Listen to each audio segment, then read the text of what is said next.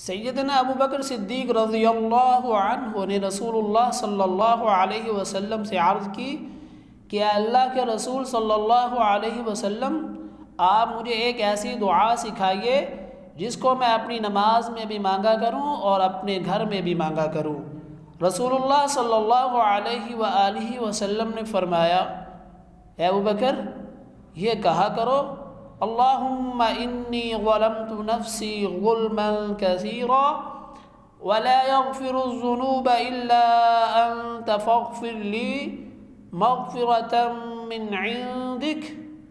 وارحمنی انک انت الغفور الرحیم۔ اے اللہ، میں نے اپنی جان پر بہت ظلم کیا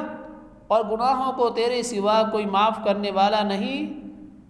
سو اپنے پاس سے میری خاص مغفرت فرما اور مجھ پر رحم فرما،